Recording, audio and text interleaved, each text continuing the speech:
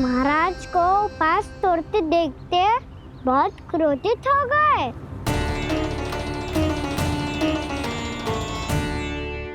बहुत बड़े भक्त हैं आप, परंतु आप ये नहीं जानते अपने अतिथियों के साथ कैसा व्यवहार करना चाहिए। आपने हमें साथ भोजन करने का वचन दिया था, पर अपना व्रत क्यों तोड़ा आपने? महर्षि, मैंने भोजन नहीं ग्रहण किया। कहीं मुहूर्त न निकल जाए इस कारण मैंने एक तुलसी का पत्ता ग्रहण कर लिया। 56 भोग खाया हो या एक पत्ता, अपना व्रत तोड़कर अतिथियों का अपमान किया है, मेरा अपमान किया है।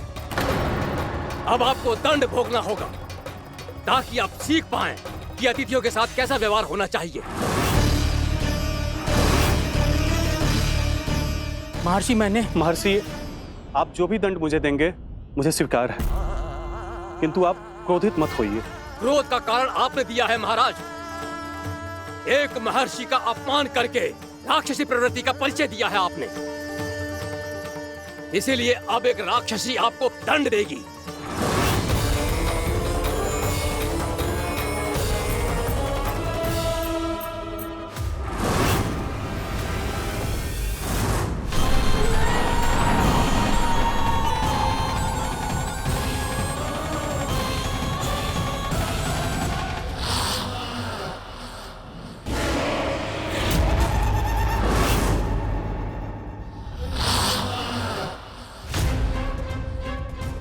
हे प्रभु, यदि मैंने सच में महर्षि का अपमान करने की भूल की हो तो मैं उसका परिणाम भोगने के लिए प्रस्तुत हूं।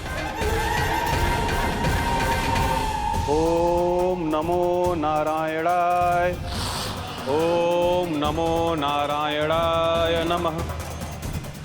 महर्षि दुर्वासा को यह आभास ही नहीं था कि महाराज अम्बरीश ने उनका अपमान नहीं किया था, फिर भी उसे अपमान मान के वो श्री नारायण के भक्त पे संदेह कर रहे थे। मैंने भी तो भोला राम की भक्ति पे संदेह किया था। हे नारायण, ये क्या पाप हो गया मुझसे? संदेह किसी अपमान से कम ना हो तो, और भगवान सब सह सकते हैं, पर उनके प्रिय भक्तों का अपमान सहन ना कर सकते, इसीलिए उन्होंने अस्त्रक्षेप करने का निर्णय लिया।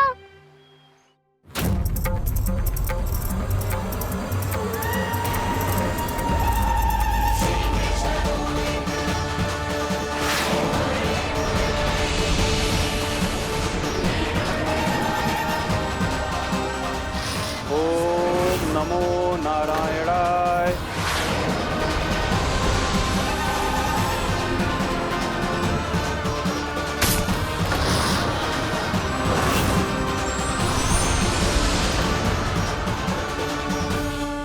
और फिर भगवान का वो सुदर्शन चक्र महर्षि दुर्वासा के पीछे पड़ गया। ये चक्र तो मेरी ओर बढ़ रहा है। ओम नमो नारायणाय। ये कैसे संभव हो सकता है? कोई रोको इसे, कोई रोको इसे।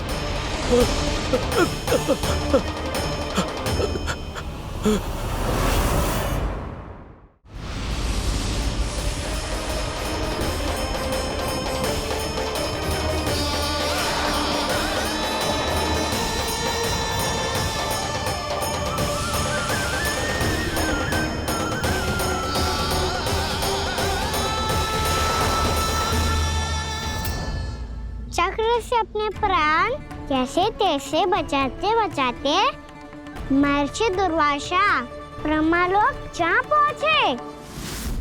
ब्रह्मदेव, रक्षा कीजिए। ब्रह्मदेव, सहायता कीजिए, मुझे बचाइए। ब्रह्मदेव, रक्षा कीजिए। ये सुदर्शन चक्र मेरे प्राणों के पीछे पड़ गया है, मुझे बचाइए। ब्रह्मदेव, मुझे बचाइए।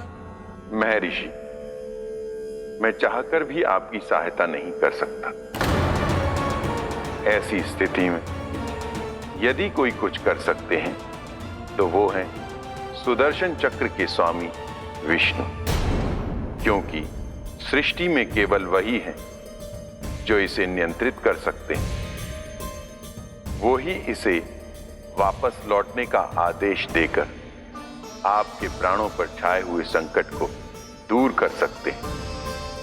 किंतु हां, मैं सुदर्शन चक्र से इतना अवश्य कहूंगा कि जब तक आप विष्णु लोक में पहुंच नहीं जाते, वो आपको किसी भी प्रकार की हानि ना पहुंचाए। आपका बहुत बहुत धन्यवाद। आपकी सदा ही जय हो।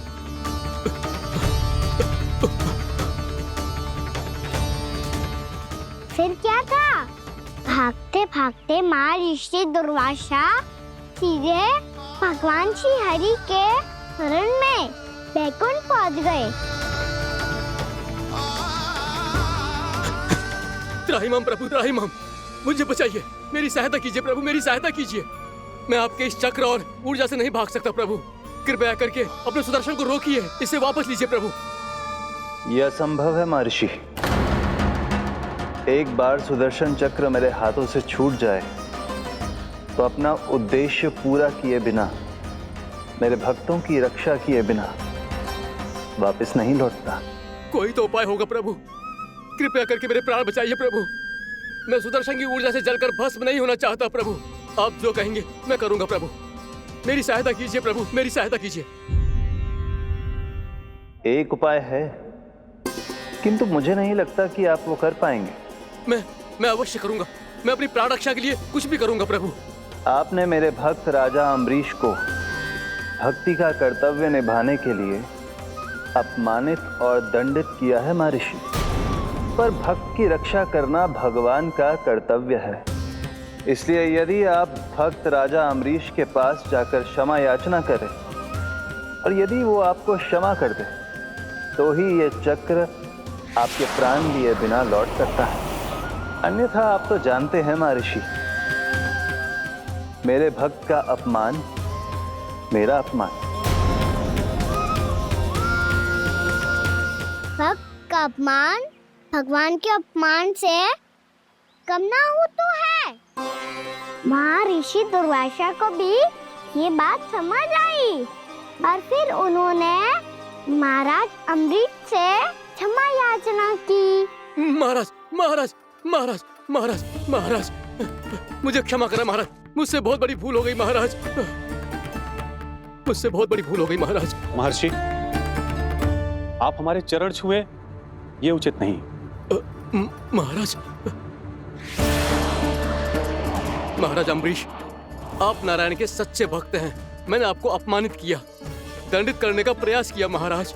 इस अपराध के लिए मुझे क्षमा कीजिए महाराज, और इस सुदर्शन चक्र से मेरे प्राण बचाइए महाराज।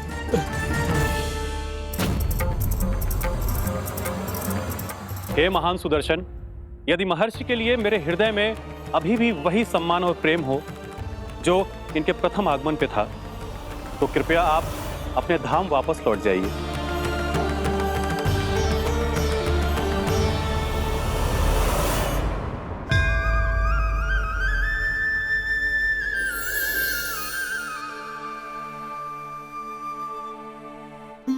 आपका बहुत बहुत धन्यवाद महाराज अम्बरीश। मैं आपको आशीर्वाद देता हूं कि आप देवराज इंद्र के समान शक्तिशाली हों। आपकी कीर्ति का पताका 10 दिशाओं में फहराए। मेरी बस एक ही इच्छा है महर्षि, कि मैं आपके साथ अपना उपवास तोड़ सकूं। अवश्य महाराज, हम सब भोजन आपके साथ करेंगे और अपने आप को नारायण की सेवा में अर्पित करके व्रत को पूरा करेंगे, क्योंकि आज जो यहाँ हुआ है उससे सिद्ध हो चुका है कि एकादशी व्रत का फल द्वादशी की सुबह भोजन करने से ही प्राप्त होता है। इस कथा से हमें पता चलता है कि सभी को द्वादशी के सुबह भर पेट भोजन करके एकादशी का व्रत पूरा करना चाहिए। और दूसरी बात, भगवान की सच्ची भक्ति अपमान कभी ना करना चाहिए। उनके साथ सदैव प्रेम से व्यवहार करना चाहिए। यही भगवान को सबसे अधिक प्रिय है।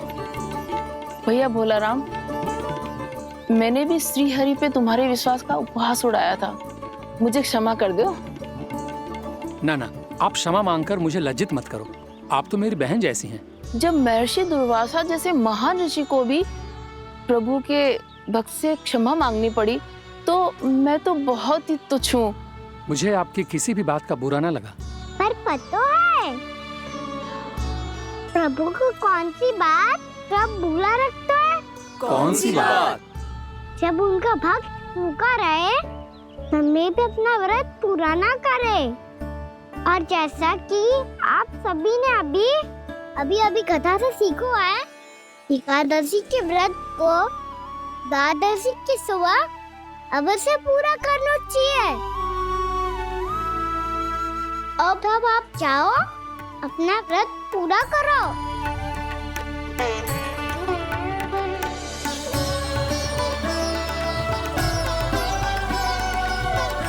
मैं आपके लिए जल लेके आती हूँ।